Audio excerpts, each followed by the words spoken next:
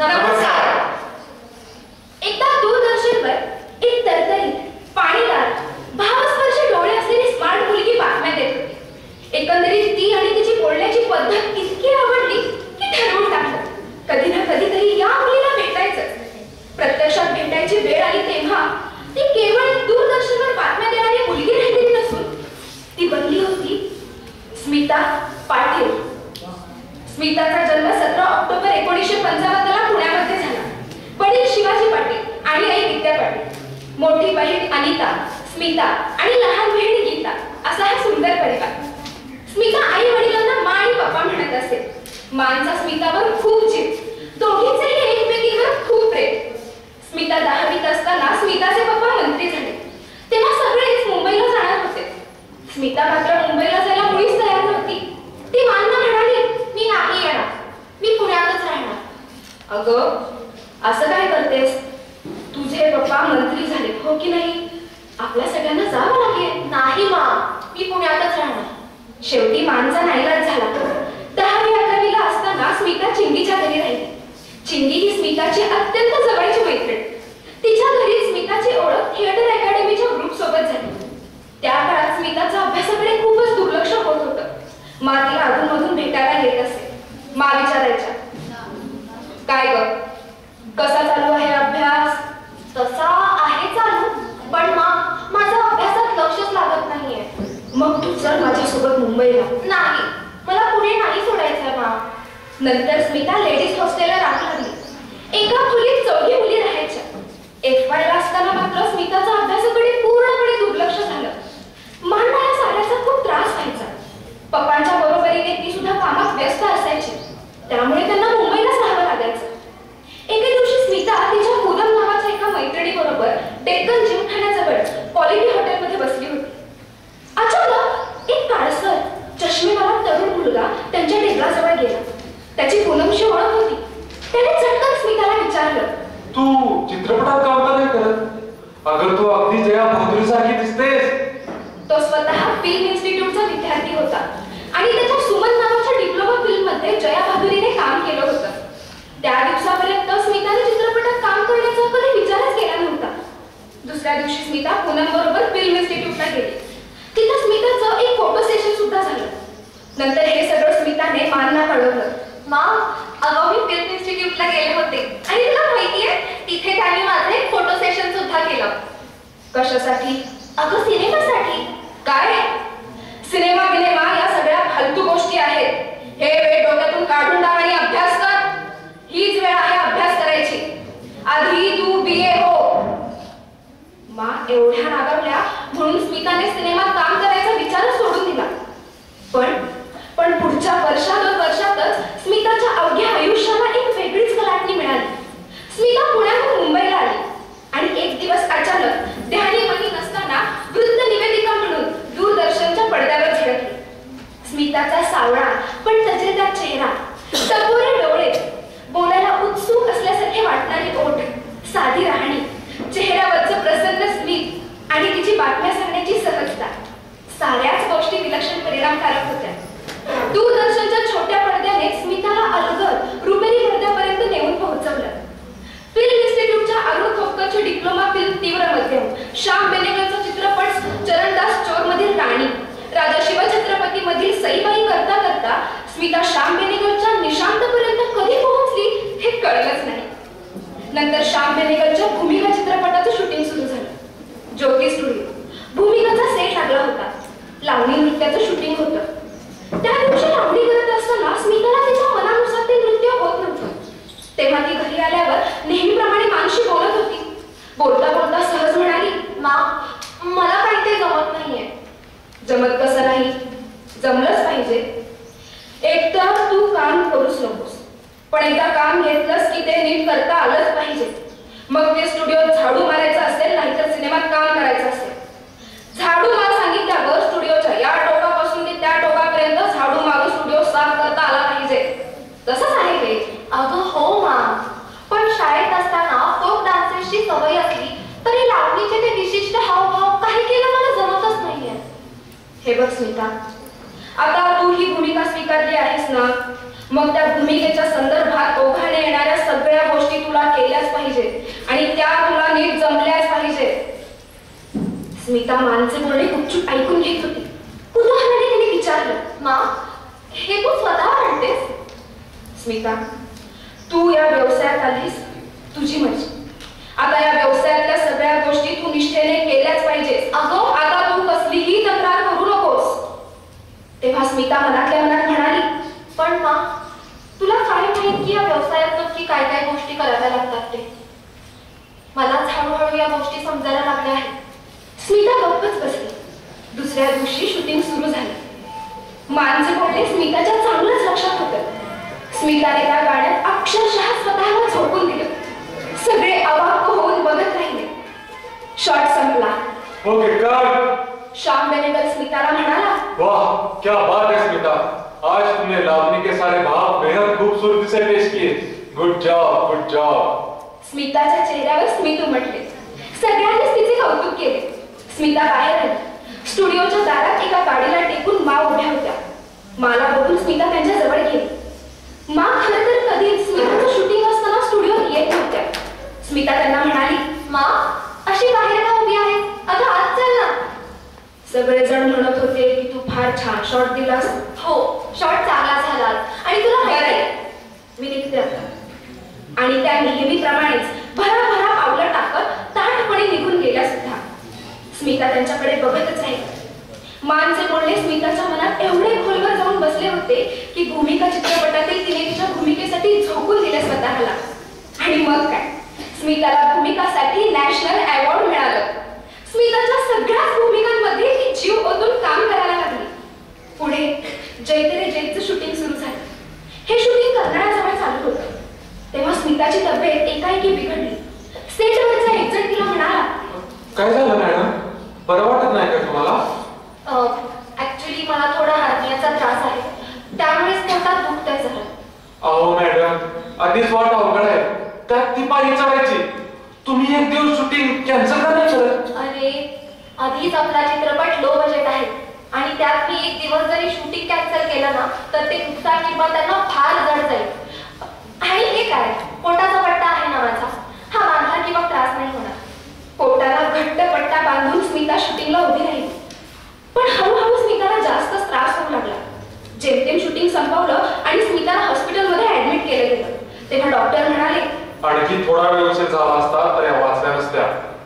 अशी ही स्मिता, जिने नेहमीच स्वतःपेक्षा दुसऱ्यांची काळजी घेतली. जय तेरे जय मधल्या तिच्या अभिनयामुळे स्मिता आणखीच महाराष्ट्रातील प्रेक्षकांच्या मनात घर करून बसली. जय तेरे जयसाठी स्मिताला महाराष्ट्र राज्य चित्रपट महोत्सवात सर्वश्रेष्ठ अभिनेत्रीचा बहुमान प्राप्त झाला. पुढे गमन, चक्रसारख्या ऑफबीट चित्रपटात काम करणाऱ्या स्मिताने त्याच सुमारास छिन्नसारखे नाटकातही काम केलं. भारत दर्शन सारखा सांस्कृतिक कार्यक्रम, बीच, वासना कांड सारखी नाटकं, यामुळे तिला रंगभूमीचा अनुभव होताच. आणि मग काय, चक्रसाठी स्मिताला पुन्हा एकदा बेस्ट ऍक्ट्रेस नॅशनल अवॉर्ड मिळाला. असे बरेच अवॉर्ड्स ती पटकावत गेली. तिच्या मान सन्मानाबरोबर तिची प्रेक्षकांशी जवळीकही वाढत गेली. तिच्या त्या अभिनेत्रीच्या मोठं होण्याबरोबर ती अधिकाधिक नम्र, साधी होत गेली. स्मिता तिच्या प्रामाणिक कामामुळे यशाच्या शिखरावर जाऊन पोहोचली. वर्तमानपत्रांमध्ये तिच्या मुलाखती, तिने मिळवलेले पुरस्कार, तिचे फोटो छापून येऊ लागले. सिनेपत्रकार ललिता तांबणे हिने एका मुलाखतीत स्मिताला प्रश्न विचारला, व्यावसायिक चित्रपटात काम करण्याबद्दल तुमचं काय मत आहे? मी फक्त कलात्मक चित्रपटातच काम करणार. व्यावसायिक चित्रपटात काम करण्याची मला मुळीच इच्छा नाहीये. स्मिता तिच्या निर्णयावर अगदी ठाम होती. पण एके दिवशी सई परांजपे एक स्क्रिप्ट घेऊन स्मिताकडे आली आणि म्हणाली, हे घे स्मिता, वाच. स्पर्श एक कोणत्या विषयावर आहे ग नक्की? विषयही चांगला आहे आणि भूमिकाही. तू करशील का? वाचून बघ. स्मिताने स्पर्श चित्रपटाचं कथानक संपूर्ण वाचलं. तिला ते कथानक आणि भूमिका खूप आवडली. व्यावसायिक असली तरीही आपण ही भूमिका करायची असं तिने ठरवलं. त्यानंतर सईचं आणि स्मिताचं स्पर्श संबंधी काही बोलणं नाही झालं. आणि एके दिवशी अचानक बाहेरून समजलं की कळलं का, स्पर्शसाठी सई परांजपेंनी शबाना आझमीला साईन केले. शबाना आझमीला काय? हो.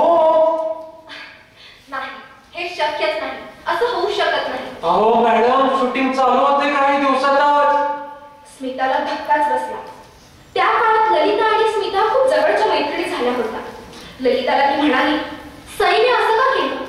स्पर्श मधल्या भूमिकेसाठी आधी मला विचारलं आणि नंतर शबाना ती भूमिका करतीये म्हटल्यावर मला न सांगता सरळ शबानाला साईन केलं. तू शांत होस नीता. हे बघ, शबानाला ती भूमिका देण्याबद्दल मला काही म्हणायचं नाहीये, पण माझी आणि सईची जुनी ओळख होती. सईने मला स्पष्टपणे सांगायला हवं होतं की बाई ग, मी तुझ्याऐवजी शबानाला स्पर्शसाठी साईन करतेय. मला काही वाटलं नसतं, पण सईकडून कळल्याऐवजी मला लोकांकडून ही गोष्ट कळावी. असल्या खोटेपणाची ना भयंकर चिड आहे मला. या सगळ्या प्रकारामुळे स्मिता आयुष्यभर सईला माफ नाही करू शकली. स्मिता खूप रडली, पण मग तिच्या लक्षात आलं की नुसतं रडून काही होणार नाही. शबानाला ती भूमिका मिळाली कारण तिची कमर्शियल व्हॅल्यू आपल्यापेक्षा चांगली असल्याने एवढी चांगली भूमिका तिच्याकडे गेली. चांगल्या कलात्मक चित्रपटातील भूमिकेसाठी सुद्धा जर कमर्शियल व्हॅल्यूचा निकष लावला जाणार असेल तर आपली कमर्शियल व्हॅल्यू वाढवली पाहिजे हे तिला समजलं आणि तिने व्यावसायिक चित्रपटात काम करायचा विचार पक्का केला. बघता बघता स्मिताने कमर्शियल चित्रपट स्वीकारायला सुरुवात केली. तिच्या या निर्णयावर खूप लोकांनी टीका केली, तिच्याबद्दल उलटसुलट बोलू लागले. पण स्मिताने या सगळ्याकडे दुर्लक्ष केलं आणि कमर्शियल चित्रपटातही स्वतःचं वेगळं स्थान निर्माण करून दाखवलं. आणि मग कलात्मक चित्रपट आणि व्यावसायिक चित्रपट यांच्यात सुरेख समन्वय साधणारा प्रबंध दुवा म्हणजे स्मिता पाटील असं लोक म्हणायला लागले. एकदा मृणाल सेन आणि स्मिता यांच्यात बोलणं चालू होतं. स्मिता, हमने जब जेनेसिस फिल्म बनाएगा तब उसमें लीड रोल टॉमी करेगा. खरंच की काय मृणालला? अरे हाँ बाबा, हम तुमको लिख के देता है. मृणाल सेनने स्मिताला एका कागदावर लिहून दिले. स्मिता तो कागद घेत त्यांना म्हणाली, हा कागद मी जपून ठेवे. काही दिवसांनी बाहेर बातमी पसरली की मृणाल सेनने जेनेसिससाठी शबानाला साईन केले. स्मिता पुन्हा दुखावली गेली. ती ललिताला म्हणाली, सगळीच माणसं माझ्याशी असं का वागतात का? मृणाल सेन, श्याम बेनेगल, महेश भट सगळेच माझ्याशी बरोबर चांगले वागतात, पण त्यांच्या चित्रपटातल्या भूमिका ठरवताना मात्र कायम शबानालाच अधिक महत्त्वपूर्ण भूमिका देतात. तू लक्ष नको देऊस नीता. बरोबर, मला शबानासारखं वागणं जमत नाही ना. माझा आपला रोख व्यवहार असतो. आपण बरं आणि आपलं काम बरं. सारखं कोणाला तरी जेवायला बोलवणं, फालतू गप्पा मारत बसणं नाही जमत मला. म्हणून असेल कदाचित. अगं ललिता, या मृणालदांनी स्वतःच्या सैनिशी घेऊन दिलेला कागद अजूनही जपून ठेवलाय मी माझ्याकडे. आपण स्मिताला काही कबूल केलं होतं, काही घेऊन दिलं होतं, हे सुद्धा सोयीस्कररित्या हा माणूस विसरून गेला. जाऊ दे, सगळे इथून तिथून सारखेच. बहुतेक दिग्दर्शकांनी स्मिता शबानामध्ये खरं तर डावं केलं होतं आणि त्यामुळे स्मिता शबानावरही रागावली. इतकी रागावली की अर्ध चित्रपटानंतर तर स्मिताने महेश भट आणि शबानाशी उघड उघड भांडणं केली. एका मुलाखतीत स्मिता टोमणेवजा म्हणाली, स्पर्श आणि लिबास या भूमिका आधी माझ्या होत्या. त्या भूमिका शबाना आझमीने माझ्याकडून हिसकावून घेतल्या आहेत. म्हणजे खरं सांगायचं झालं तर शबानाने माझ्या भूमिका चोरल्या आहेत. आणि कसं आहे, दिग्दर्शकाची चमचेगिरी केल्यावर भूमिकेला सूट होत नसतानाही अशा अभिनेत्रीला घेतलं जातं. ह्याला काय अर्थ आहे नाही का? स्मिताचे हे वक्तव्य ऐकून शबाना चिडली. स्मितावर राग काढायचं तिने ठरवले. शबानाच्या एका मुलाखतीत ती स्मिताविषयी म्हणाली, हे पहा, तक्रारच करायची झाली तर ती मीच केली पाहिजे. श्याम बेनेगलच्या भूमिकाची भूमिका खरं तर माझी असायला हवी होती. त्यामुळे चिडायचं झालं तर मी चिडणंच अधिक योग्य. मी तिच्या भूमिका चोरल्या असं ती म्हणते, पण अर्थचं शूटिंग वेळी महेश भटने तिला काय सांगितलंय मला नाही माहिती. पण तेव्हापासूनच ती हे सगळे आरोप करते माझ्यावर. आणि मुळातच मला असं वाटतं की स्मिता सारखी अभिनेत्री ही फक्त दुय्यम नायिकेच्या भूमिका करायलाच योग्य आहे. अहो, एखाद्या अभिनेत्रीच्या करिअरच्या दृष्टीने तुमच्यासारख्या अभिनेत्रीने असं काही बोलणं किती घातक आहे. तरी सुद्धा तुम्ही याची जाणीव आहे मला. तरी सुद्धा मी मुद्दामच बोलते. मी जाणून बुजून हे विधान केलंय कारण तिने मला दुखावले आणि आता मलाही तिला दुखवायचंय. शबानाचे हे बोलणं ऐकून स्मिताला प्रचंड राग आला आणि नंतर दोघींनीही एकत्र काम करायचं बंद केलं. अशा सगळ्या गोष्टी चालू असताना स्मिताच्या आयुष्यात एक व्यक्ती आला, राज बब्बर. दोघेही एकमेकांच्या प्रेमात अथांग बुडाले. पण राज हा विवाहित पुरुष होता आणि तरीही स्मिता आणि राजचे प्रेम संबंध होते.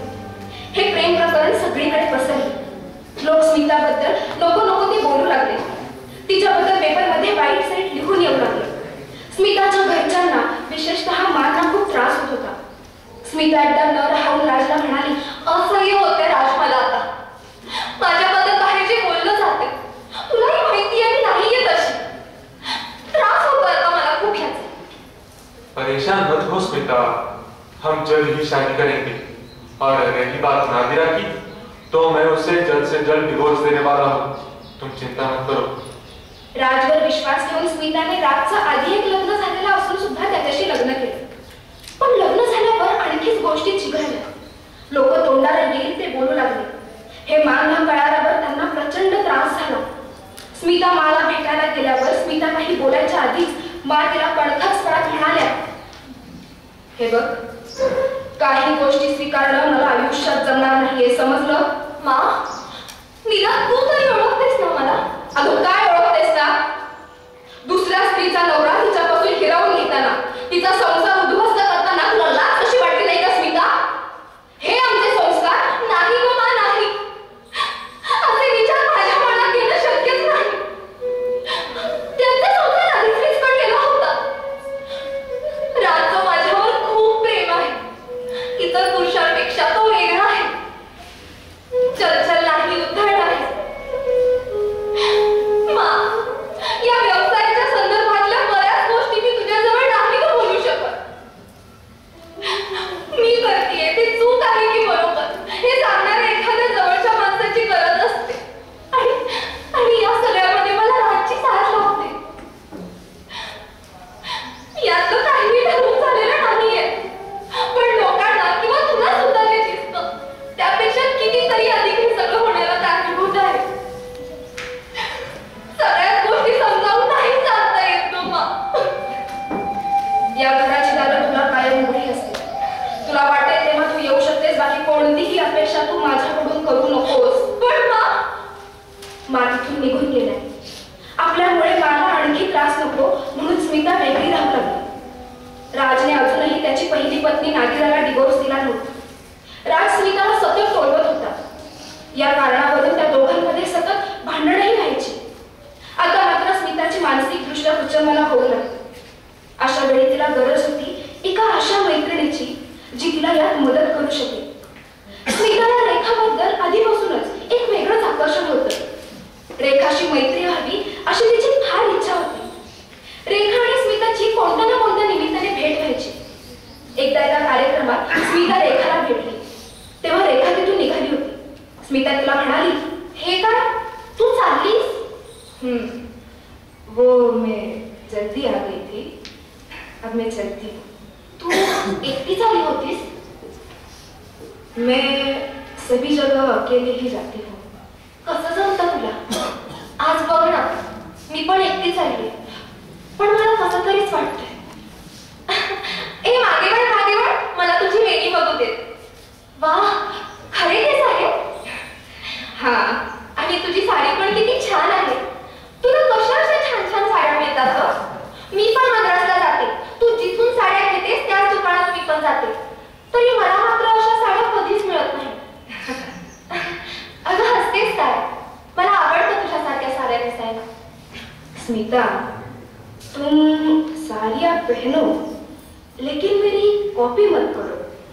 तुम स्मिता हो, स्मिता पाटिल.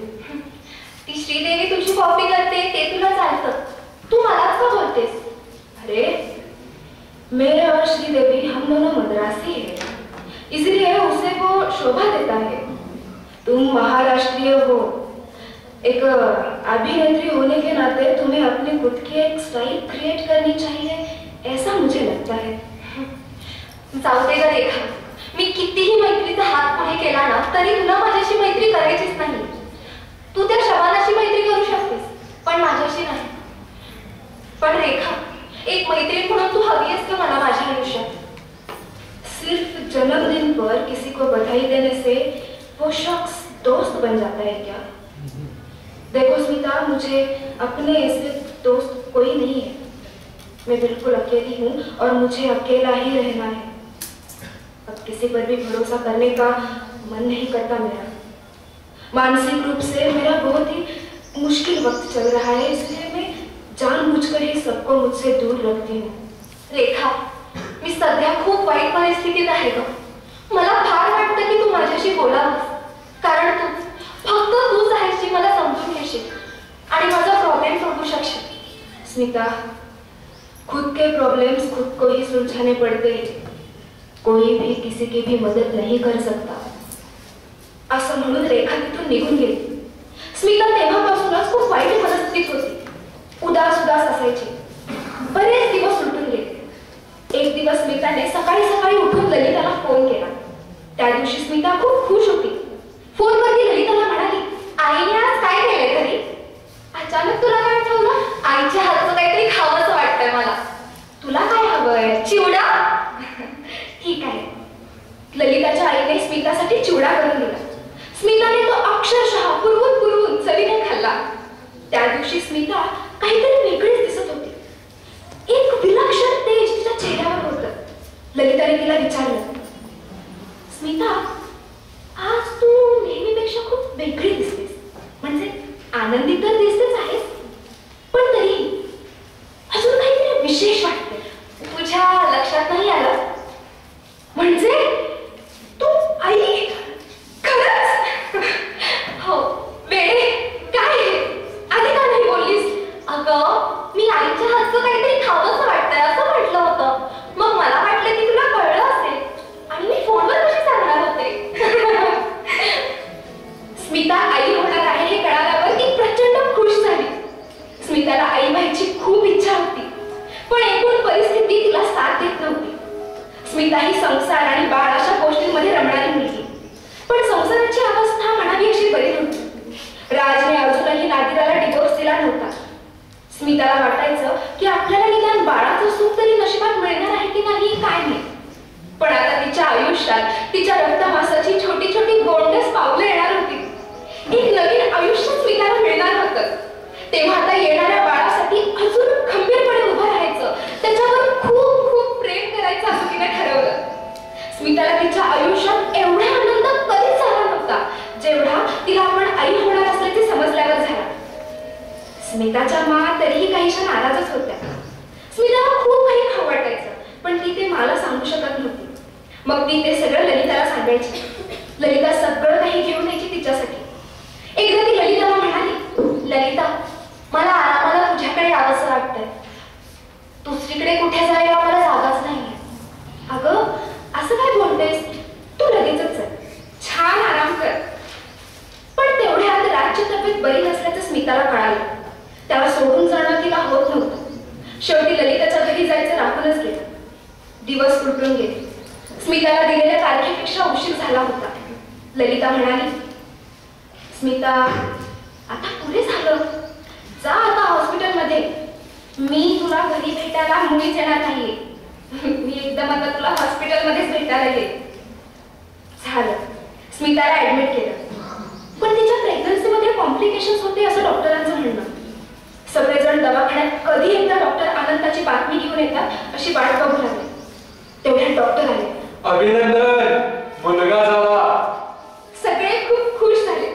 स्मिता पाटीलला मुलगा झाला ही बातमी सगळीकडे पसरली. मागना कळाल्यावर त्यांनाही यातून बरं वाटलं. मागचं सगळं विसरून आता स्मिताचं सगळं काही करायचं असं त्यांनी ठरवलं. तिला आपली गरज आहे हे त्यांना जाणवू लागलं. दुसरीकडे चित्रपट सृष्टीमध्ये सुद्धा ही बातमी पसरली. शबानाला हे समजल्यावर तिने सुद्धा ठरवलं, स्मिताला मुलगा झाला. तिला जाऊन भेटायची इच्छा होती. जायलाच पाहिजे. मागचं सगळं विसरूया. ती हॉस्पिटलमधून घरी आली की मी लगेचच जाईल. सगळीकडे आनंदाचं वातावरण झालं. स्मिता तर खूप खुश होती. ती बाळाला एक क्षण सुद्धा घरी ठेवत नव्हती. त्याच्यासाठी सतत गाणं म्हणायची. स्मिताला घरी आणलं. यावेळी बालिका सोबत होत्या. सगळं काही छान होत होते. घरी येऊन 4-5 दिवस झाले. अचानक एक दिवस स्मिताला ताप आला. औषधोपचार झाले, पण काही वेळा स्मिताचा ताप काही उतरेना. एकाएकी तिला खूपच त्रास होऊ लागला. कोणाला काही कळेच ना. डॉक्टरांनी स्मिताला लगच्या लगेच ऍडमिट करण्याचा सल्ला दिला. तिला ऍडमिट केले.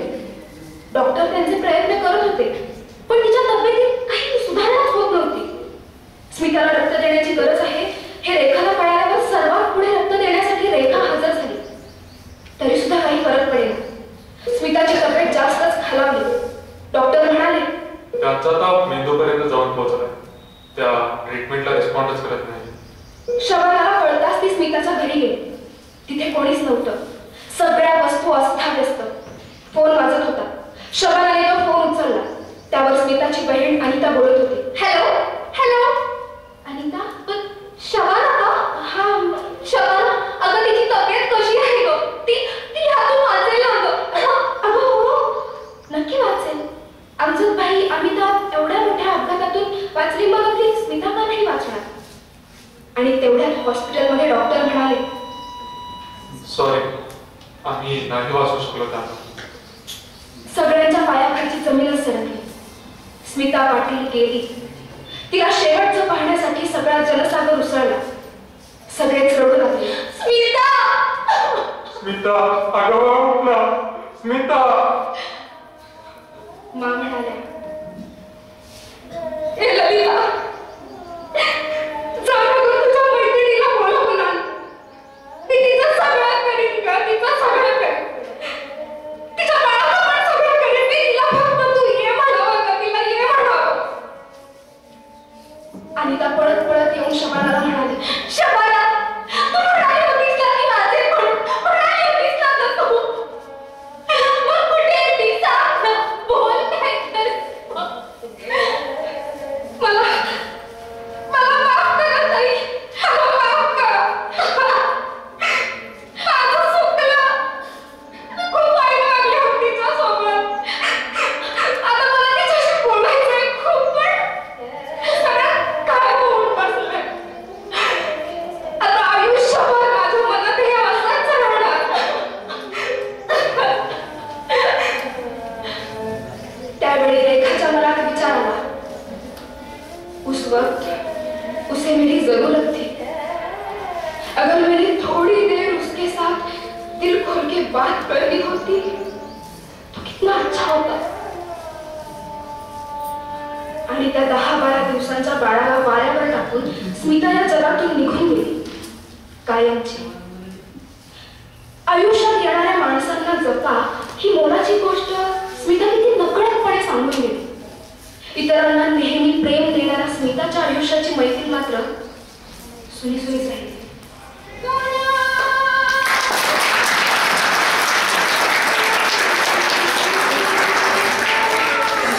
थिएटर आर्ट स्कूलमध्ये निर्मित सादर झालेलं अभिवाचन सुन्या मैत्रीतलं माझ्या.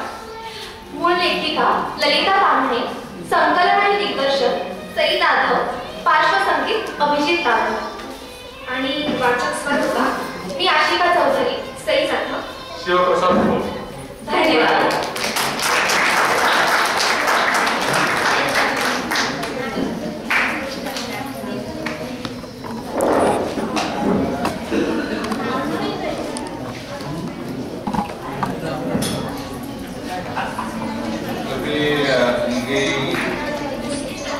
मराठी मीडियम मध्ये शिकलात का इंग्लिश मीडियम?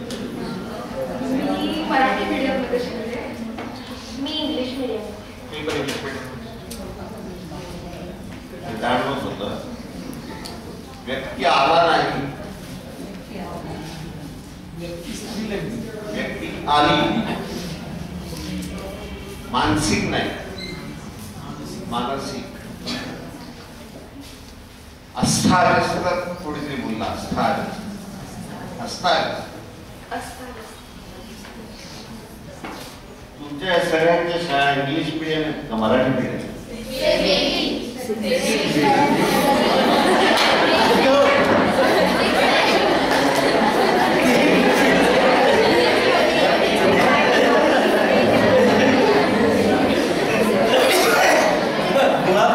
सेमी इंग्लिश आहे का सेमी इंग्लिश? काय सेमी इंग्लिश.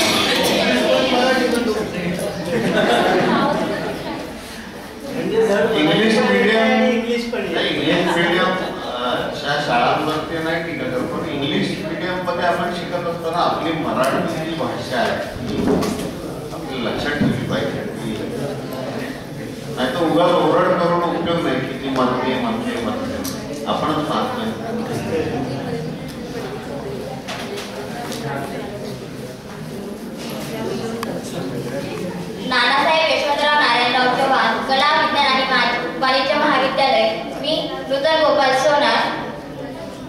स्मिता पाटलांच्या अल्लड अवखळपणा आणि कथेतील स्मिता पाटीलांना आलेला रागातील आवेग, दुःखातील भुलके उसासे उत्तम सादर झाले. संपूर्ण कथेत मांच्या आवाजातली अदबीचा वेगळेपणा, रेखाजींची डबिंग आणि दोन मैत्रिणींमधील आनंदाचा क्षण आणि शेवटी अगदी सादरकर्त्यांच्याही आणि श्रोत्यांच्याही डोळ्यात अश्रू येतील असं सादरीकरण झालं. सो खूप छान होतं, उत्तम होतं.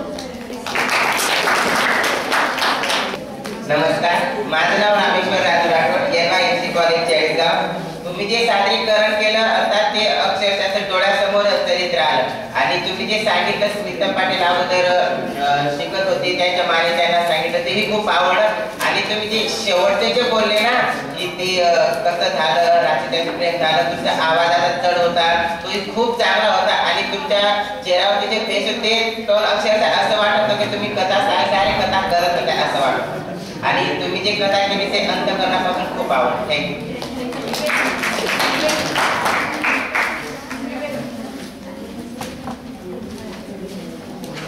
उरलेल्यांपैकी कुणाला वेगळं काहीतरी बोलायचं त्यापेक्षा